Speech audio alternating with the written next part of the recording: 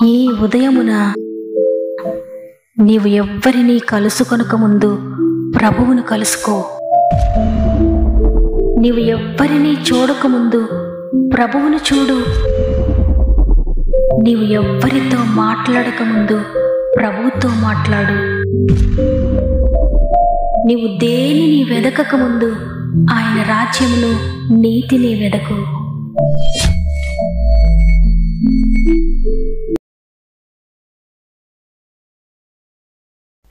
Praise the lord. ప్రభువును రక్షకుడైన యేసుక్రీస్తు వారి అతి శ్రేష్టమైన నామములో మీ అందరికీ నా యొక్క ప్రత్యేకమైన శుభములు తెలియజేస్తూ మరి ఒకసారి ఈ వాగ్దాన కార్యక్రమానికి మిమ్మల్ని అందరినీ హృదయపూర్వకంగా ఆహ్వానిస్తున్నాను. దేవుని బిడ్డలారా, ఈ ఉదయాన ఎన్ని పనులున్నా ప్రార్థించడం, వాక్యం చదవడం మర్చిపోవద్దు. మీ గృహంలో ఉన్న ప్రతి సమస్య, శోధన అణచివేయబడాలి, సాతాను శక్తులు అణచివేయబడాలి అంటే దేవుని సన్నిధి మీ గృహంలో ఉండాలి. దేవుడే మిమ్మల్ని నడిపించాలి.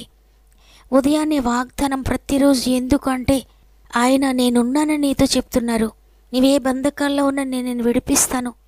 ఒకవేళ నీవు క్రింద పడినా తిరిగి నేను లేవనెత్తుతానని నిన్ను ధైర్యపరచడానికి ఈరోజు ఆయన నీతో మాట్లాడుతున్నారు. కాబట్టి దేవుని మాటను ఉన్నతున్నట్లుగా నమ్మండి, ప్రార్థన ద్వారా రిసీవ్ చేసుకోండి. ప్రతి వాగ్దానము మీ జీవితంలో దేవుడు త్వరలోనే నెరవేర్చబోతున్నాడు.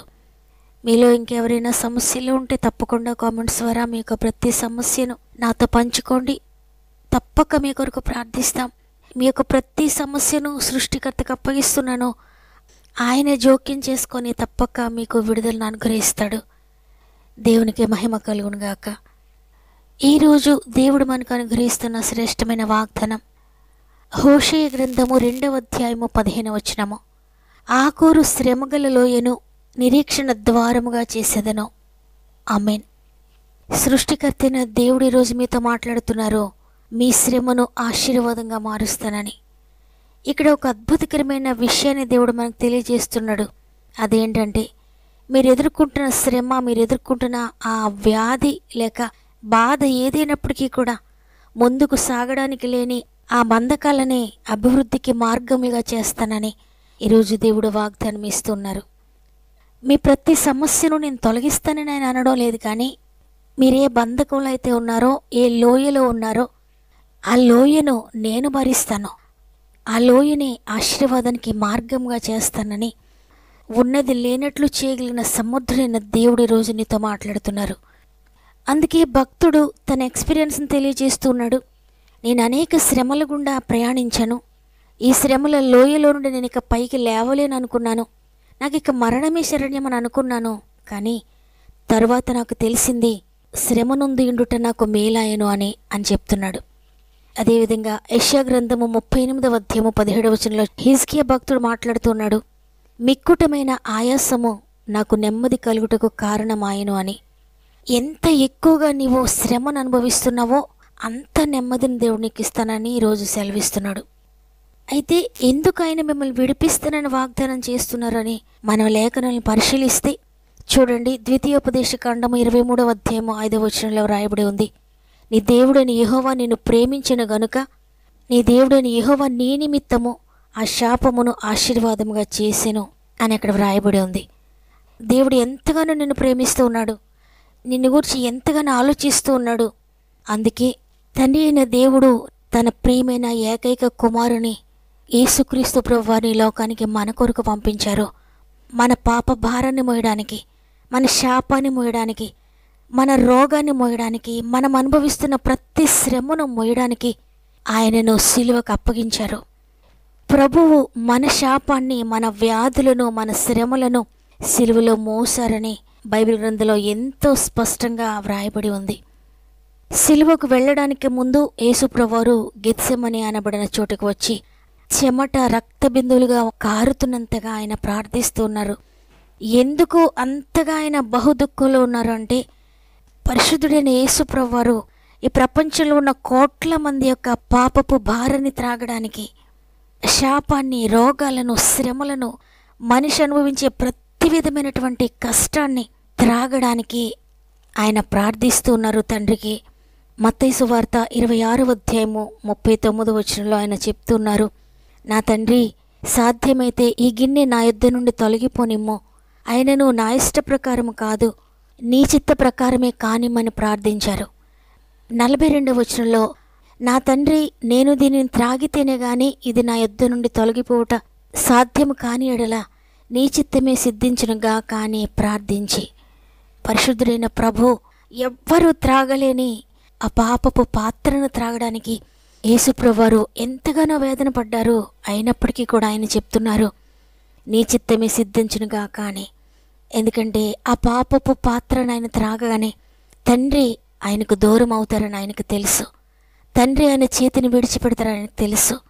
తండ్రితో ఎప్పుడూ ఎడబాటు కలిగి లేని ప్రభు మన కొరకు తండ్రి చేతిని విడిచిపెట్టాడు. ఆ భయంకరమైన పాత్రలోని పాపమును, శాపాన్ని, రోగమును, ప్రతి శ్రమను కూడా త్రాగడానికి ఆయన మన కొరకు తండ్రి చేతిని విడిచిపెట్టి మన పాపపు భారాన్ని ఆయన మోసారు, మన శాపాన్ని ఆయన మోసారు. ఆకోరు లోయ లాంటి పాపపు ఊబిలో ఉన్న మనలను ఆయన విడిపించి మనలను తెల్లగా పవిత్రులుగా చేశారు. ఆయన ఆ పాపపు పాత్ర అంతా త్రాగారు మనకు బదులుగా. అందువల్ల ఈరోజు మనము దేవుని నీతిని కలిగి ఉన్నాం, నిత్య జీవానికి వారసులమవడానికి అర్హులమయ్యాం. కాబట్టి ఈరోజు ఈ మాటలు వింటున్న ప్రియ సహోదరి, ప్రియ సహోదరుడా, నీ పాపము నుండి నిన్ను విడిపించడానికి, నీ శాపము నుండి విడిపించి నిన్ను ఆశీర్వదించడానికి, నీవు అనుభవిస్తున్న ఆ లోయ, ఆ శ్రమ ఏదైనప్పటికీ కూడా నిన్ను పూర్తిగా విడిపించడానికి ఆయన సిద్ధంగా ఉన్నారు. కాబట్టి ఈరోజు ఇక నా స్థితి ఇంతే, నా జీవితం ఇక ఇంతే అని అనుకోవద్దు. నా కుటుంబం ఇక ఇంతే, ఇక మారదు నా జీవితం, నా పరిస్థితులు ఏవి కూడా మారవు. ఈ శ్రమల లోయలోనే నేను మగ్గిపోవలేమో, ఈ లోయలో నుండి నన్ను విడిపించగల వారు ఎవరూ లేరు, ఏ మార్గం కూడా నాకు కనబడడం లేదు, ఎవరు నాకు సహాయం చేస్తారో, ఎంత ప్రయత్నించినా, ఎంత ఆలోచించినా నాకు తప్పించుకునే మార్గమే లేదనుకుంటున్నావా? ఎంత మాత్రం నీవు ఆ విధంగా అనుకోవద్దు. ఎందుకంటే నిన్ను ప్రేమిస్తున్న ప్రభువు నీకు బదులుగా నీ కొరకు ఆయన భరించారు. ఆ శ్రమగల పాత్రను ఆయన త్రాగారు. అందువల్ల ఆకోరు లోయలో ఉన్న ఆ శ్రమగల లోయను నిరీక్షణ ద్వారముగా చేశారు. కాబట్టి ఎంత మాత్రము నీవు నిరాశ చెందొద్దు. నీ స్థితి ఎటువంటిదైనా, నీవు నిలిచి ఉన్న శ్రమగల లోయ ఎంత లోతైనదైనా, నీ పాపము ఎంత భయంకరమైందైనా, నీ శాపము ఎంత భయంకరమైందైనా, ఎట్టి స్థితిలో నీవున్నా కూడా భయపడొద్దు. నీ స్థితిని ఆయన తప్పక మార్స్తాడు.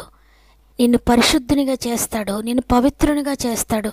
నీ పాపము ద్వారా నీకొచ్చిన శ్రమను, ఆ కష్టాన్ని, ఆ వ్యాధిని, ఆ శాపమునంతటినీ కూడా ఆయన కొట్టివేసి గొప్ప విడుదలను దేవునికి అనుగ్రహించబోతున్నాడు.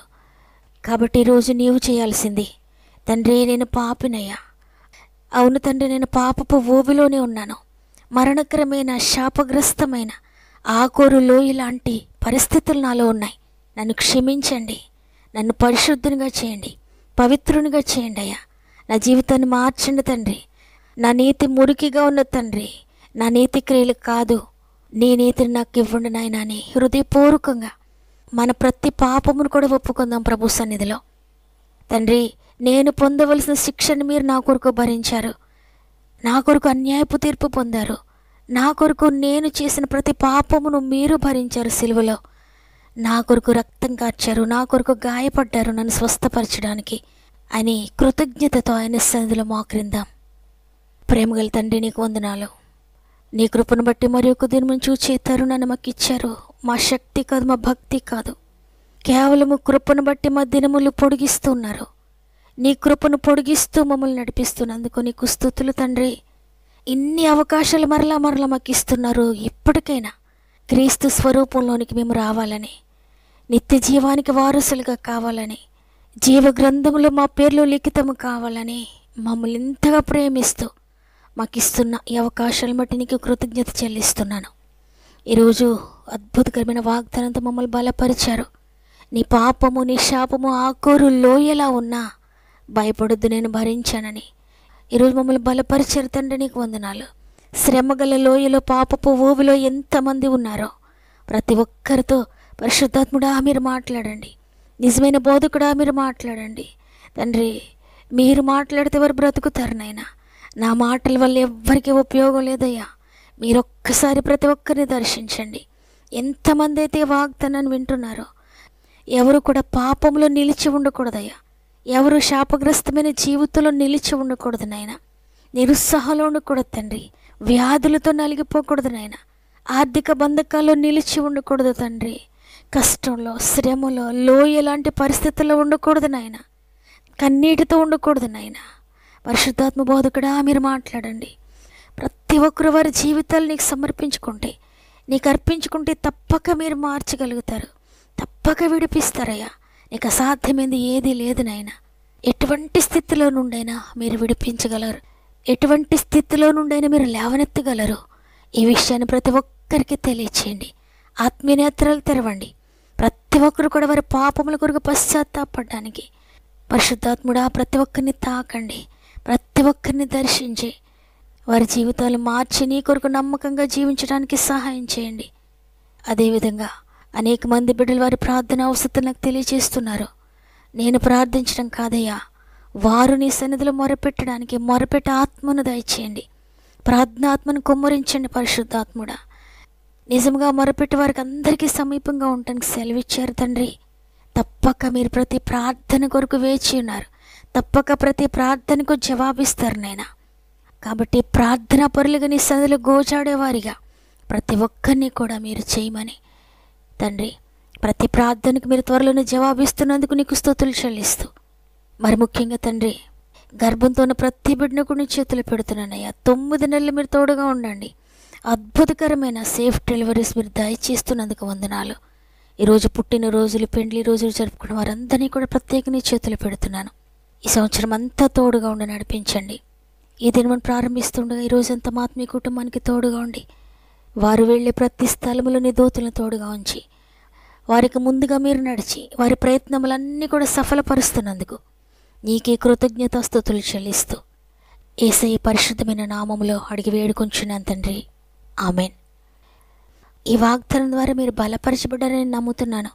ఏ శ్రమలో ఉన్నా, శ్రమ లోయలో ఉన్నా మీరు గనుక పశ్చాత్తాపపడితే దేవుడు తప్పకుండా మీ పాపమును క్షమించి తద్వారా వచ్చిన శాపమును, రోగమును సమస్తాన్ని కూడా కొట్టివేసి మీకు విడుదల ఇవ్వబోతున్నాడు. ఒప్పుకోండి కన్నీటితో. దేవుడు క్షమించడానికి సిద్ధ మనసు కలిగి ఉన్నాడు. ఈ వాగ్దానం నాతో మాట్లాడిందన్న వారందరూ కూడా ఆమెనని చెప్పండి. లైక్ చేయడం, షేర్ చేయడం మర్చిపోకండి. మీకు అనుకూలమైతే మీకు తెలిసిన వారందరికీ తప్పక షేర్ చేయండి. దేవుడు మిమ్మల్ని, మీ కుటుంబాలను దీవించి ఆశీర్వదించునుగాక. దేవుని చిత్తమైతే తిరిగి రేపు అందరం కలిసి ఆయనను స్తుతిందాం. అంతవరకు ప్రభు మీకు, మీ కుటుంబాలకు తోడయండి, నడిపించునుగాక. God bless you.